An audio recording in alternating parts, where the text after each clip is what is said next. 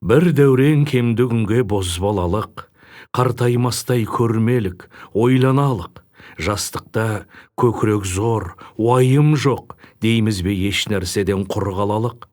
Бар ойы өлең айтып ән салалық, біреуді қалжың қылып қолға алалық. Қыз дауылға қырындап үйір болса, көңіліне зор қуаныш бір бадалық. Демеңдер, өнбес іске жұбаналық, ақыл тапсақ, мал тапсақ қуаналық. Қызды сүйсең, бірді-ақ сүй таңдап тауып, көрсе қызар күндасық диваналық.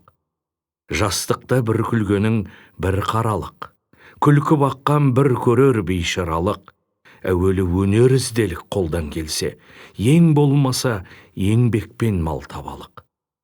Той болса тоң киелік, жүр баралық, бірімізді біріміз аударалық. Ат арықтар, тон тозар, қадір кетер, күлкіні онша күйлеп шуламалық. Уайым ер қорғаны, есі барлық, қиыны бұл дүниенің қолы тарлық. Елірме бозбалалар, бұл 5 күндік бір майдан ер сынарлық.